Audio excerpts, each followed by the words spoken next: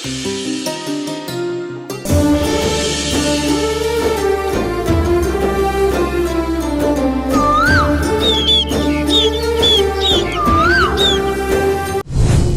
నీలాగా ట్రాప్ లో పడిపోయి ఫ్రీగా సర్వీస్ చేసే రకం కాదు. నువ్వు కూడా నాలాగా మారిపో. వాడి దగ్గర బోలెడు డబ్బుంది. నాలాగా బోలెడు డబ్బు లాక్కొని లైఫ్ ని ఎంజాయ్ చెయ్యి. అంటే అంటే నేను మోసపోయానా? ఇంకా నీకు అనుమానంగా ఉందా పిచ్చిదానా?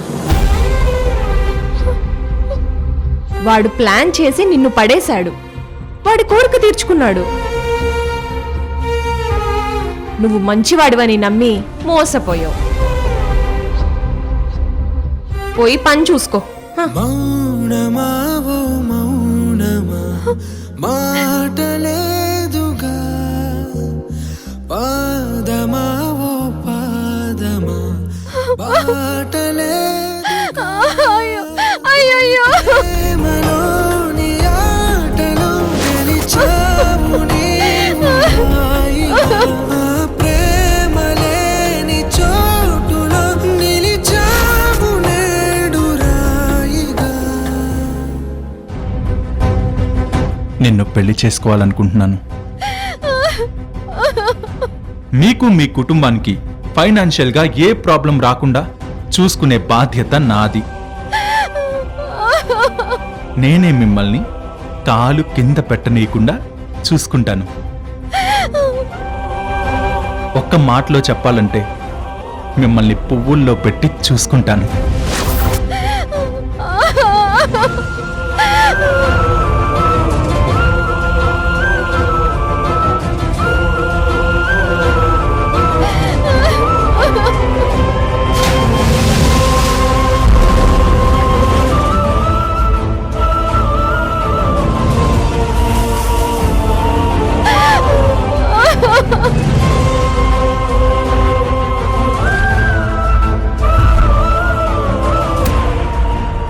అవునా? వాడెలా బ్రతికాడు? ఓ, ఇప్పుడు ఎక్కడున్నాడు? సరే, అలాగే నాకు ఆ కృష్ణ ప్రతి మూమెంట్ ని అప్డేట్ చేయి. జాగ్రత్త, నువ్వు ఫాలో అవుతున్న విషయం తెలియకుండా చూసుకో. Damn it.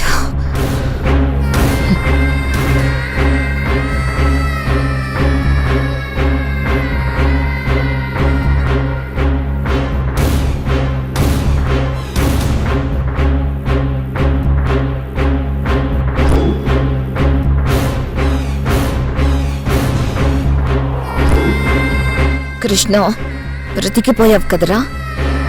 నువ్వు పోతావనే ఆటో ఎక్కించి పంపించాను. కానీ ఆ ఆటో డ్రైవరే నీ పాలిట దేవత అవుతుందని, నిన్ను హాస్పిటల్లో చేర్పించి నీ ప్రాణాలు కాపాడుతుందని కలలో కూడా అనుకోలేదురా.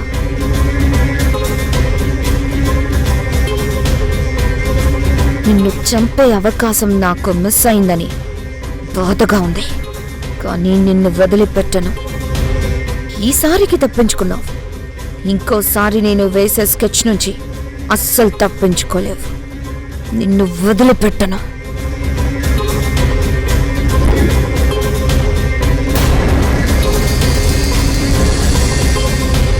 ఇదంతా మాయ చేసిన పనేరా. నేను తాగే మందులో పాయిజన్ కలిపింది అదేరా.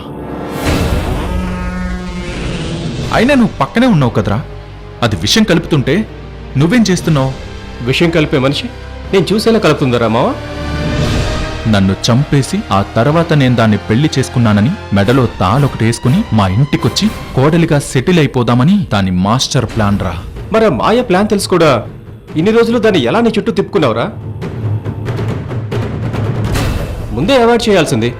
అది పక్కనే ఉంటూ ఇలాంటి పని చేస్తుందనుకోలేదు. రే, దానికి ఫోన్ చేయరా. హలో మాస్టారు, ఆ మాయ మహామాయలేడి. తను నీకంటే 4 ఆకులు ఎక్కువే చదివింది. ఫోన్ నెంబరు ఎప్పుడో మార్చేసింది. అవునా? మరి నిన్ను ఆటో ఎక్కించగానే నెంబర్ మార్చేసింది.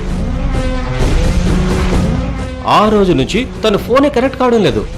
రేయ్, ఆ పాత నెంబర్ పట్టుకుని ఎంక్వైరీ చేస్తే అడ్రస్ తెలుస్తుంది కదరా.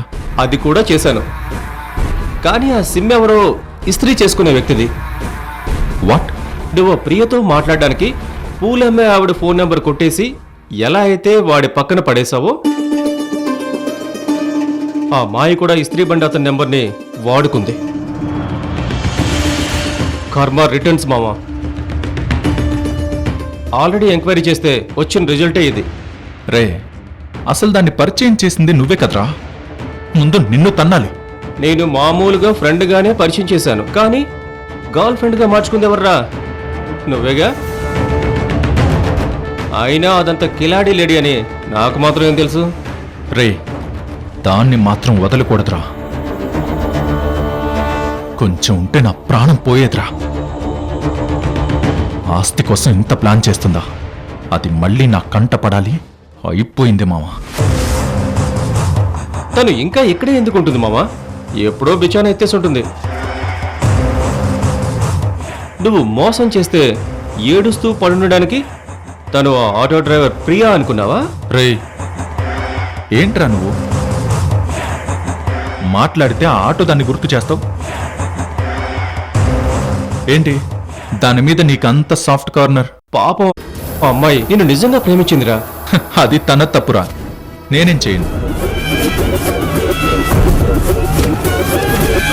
చూడు మామా, ఆ మాయ అయినా ఈ ప్రియ అయినా తేనె చుట్టూ తిరిగే చీమల్లాంటి వాళ్ళు. ఆశతో వస్తారు, అందులోనే మునిగిపోతారు. నాకైతే నాకు పరిచయమైన ఆడపిల్లల్లో ఈ ప్రియ కూడా ఒకటి. దాని గురించి అంతలా ఫీల్ అవ్వాల్సిన అవసరం లేదు. ముందు ఆ మాయని పట్టుకోవాలి.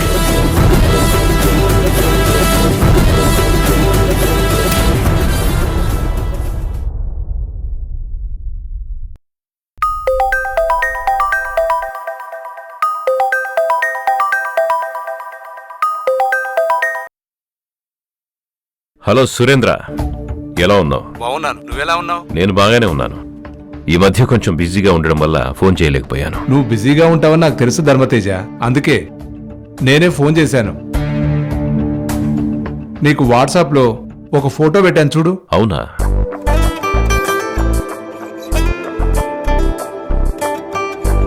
ఎవరిది ఫోటో? నా కొడుకు శరత్. ఎలా ఉన్నాడు? బాగున్నాడు. ఈ మధ్యనే యుఎస్ లో ఎంబీఏ పూర్తి చేసి వచ్చాడు. మ్హూ. నా బిజినెస్లన్నీ తనే చూసుకుంటున్నాడు. గుడ్. ఇంతకీ ఫోటో నాకెందుకు పంపించావు? ఎందుకంటే నా కొడుకు మీ పెద్దమ్మాయి కార్తీకం చూసి ఇష్టపడ్డాడు. పెళ్ళంటూ చేసుకుంటే తన్నే చేసుకుంటా అని చెప్పాడు. అందుకే నీకు ఫోన్ చేశాను. నీకు మీ అమ్మాయికి ఇష్టమైతే మిగతా విషయాలు మాట్లాడుకుందాం. నాదే ఉంది. అమ్మాయికి ఒకసారి చూపించి వాళ్ళకిష్టం అయితే నాకు అభ్యంతరమే ఉంటుంది. అలా అయితే ఒకసారి మీ అమ్మాయికి చూపించు ధర్మతేజ. అలాగే, నేను ఒకసారి మాట్లాడాక నీకు ఫోన్ చేస్తాను.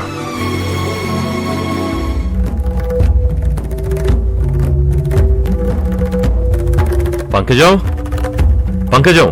వస్తున్నానయ్య గారు.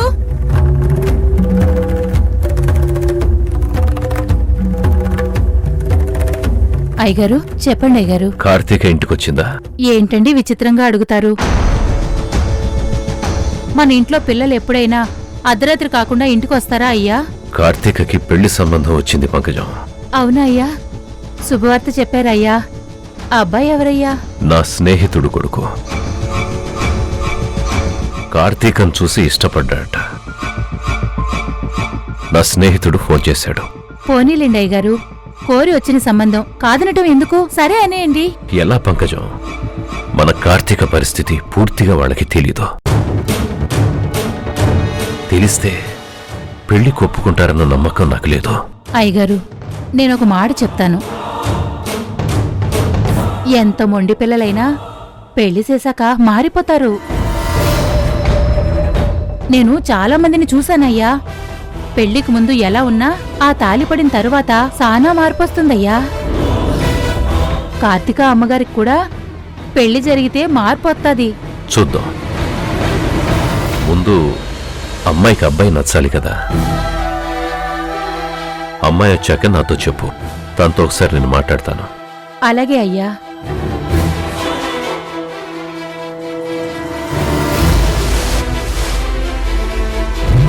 భగవంతుడా, ఎలాగోలా ఈ సంబంధం ఖాయమయ్యేలా చూడు.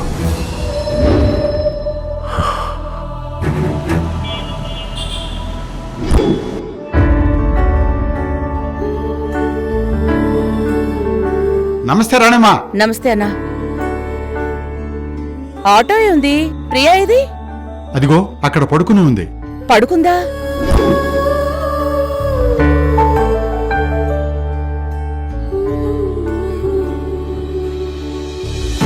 అక్కడెందుకు అలా పడుకుంది? ఏమైంది? పొద్దుటి నుంచి అలానే పడుకుని ఉంది. గిరాకీ వచ్చినా వెళ్ళటం లేదు. ఏమైంది అని అడిగితే ఏం లేదు అంటుంది. అవునా? సరే నేను చూస్తానుండు.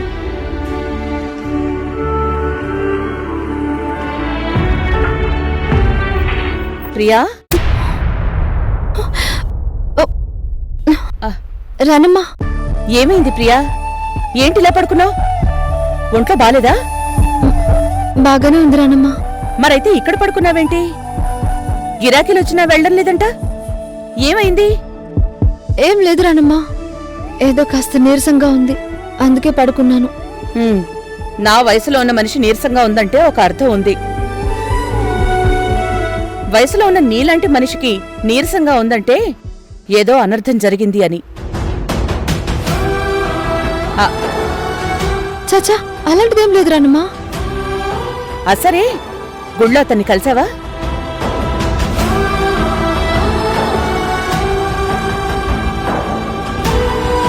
రాత్రేమో అతను రాలేదు అన్నావు, మరి తర్వాతైనా వచ్చి నిన్ను కలిసాడా లేదా?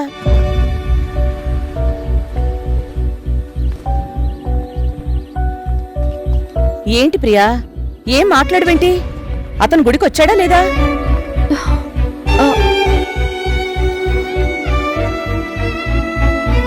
కస్టమర్ని దించేసి నేను గుడి దగ్గరికి వద్దాం అనుకున్నాను.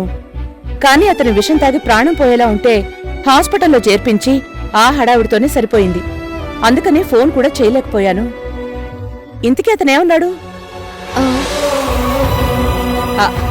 పెళ్లికి వాళ్ళింట్లో వాళ్ళు నొప్పించాడంటనా? లేదు రానమ్మా, అసలు తను రానేలేదు. రాలేదా? రాకపోవడం ఏంటి? నువ్వేం టెన్షన్ పడకు రానమ్మా. తను రాలేకపోతున్నానని నాకు ఫోన్ చేశాడు. ఫోన్ చేసి ఏం చెప్పాడు? అది వాళ్ళ నాన్నగారితో మాట్లాడాడంట. ఆయన పెళ్లికి ఒప్పుకోలేదంట. ఆయన అదేం పెద్ద విషయం కాదు అన్నాడు. ఎలాగైనా వాళ్ళ నాన్న నొప్పిస్తానని చాలా నమ్మకంతో చెప్పాడు.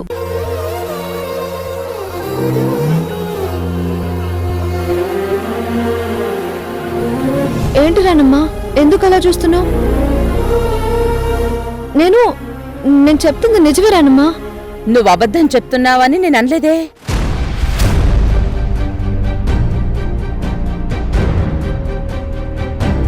నువ్వు అబద్ధం చెప్పడం లేదు, కానీ నీ కళ్ళు మాత్రం నిజాన్ని దాస్తున్నాయని చెప్తున్నాయి. చూడు ప్రియా, ఒక మగవాడు అబద్ధం చెప్తే తనని తను కాపాడుకుంటున్నాడని అర్థం. అదే ఒక ఆడపిల్ల నిజాన్ని దాస్తోంది అంటే తన జీవితాన్ని తనే నాశనం చేసుకుంటోంది అని అర్థం. నువ్వు ఏదో దాస్తున్నావు, ఆ విషయం నాకు అర్థమవుతోంది. నిజం చెప్పు, ఏమైంది?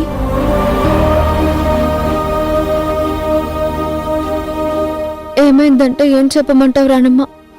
నేను ప్రేమించింది ఒక మోసగాన్ని అని చెప్పనా? అతని మాటలు విని మోసపోయానని చెప్పనా? ఒక ఆడపిల్ల ఎలాంటి తప్పు చేయకూడదు, ఆ తప్పు చేశానని చెప్పనా? ఏం చెప్పుకోను రానమ్మా.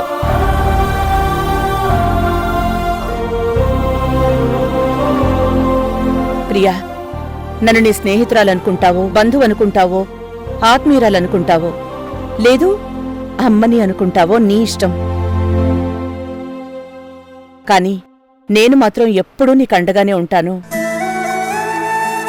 పరిస్థితి ఎలాంటిదైనా, సమస్య ఎలాంటిదైనా, ఏ స్థాయిలో ఉన్నా దాన్ని పరిష్కరించే బాధ్యత నాది.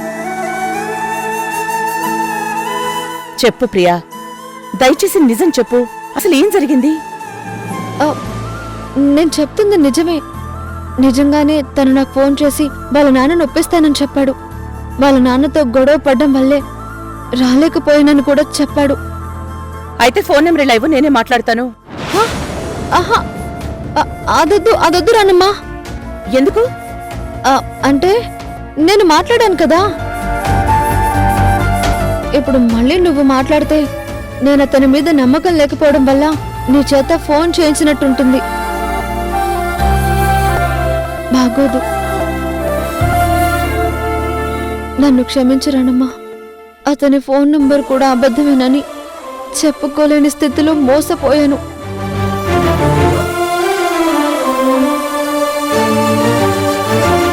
చూడు ప్రియా, నేనడిగిన ప్రతిదానికి నీ దగ్గర ఏదో ఒక సమాధానం ఉంది.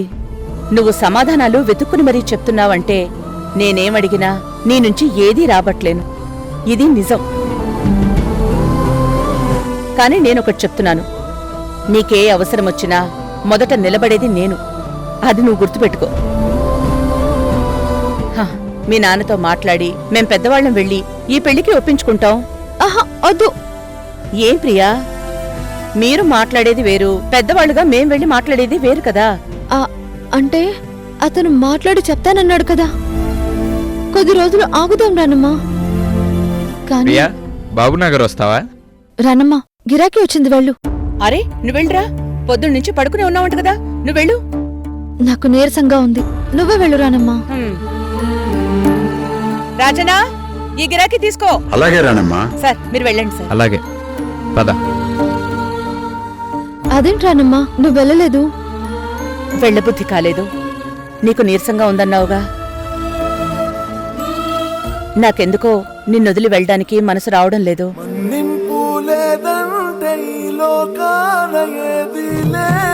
రానమ్మా, కాసేపు నీ ఒళ్ళో పడుకోనా? పిచ్చి పిల్ల, పడుకోదా.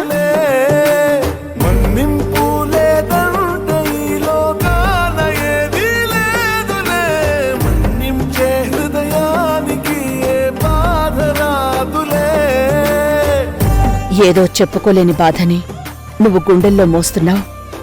అది బయటికి పెట్టలేకపోతున్నావని నాకు అర్థమవుతోంది ప్రియా.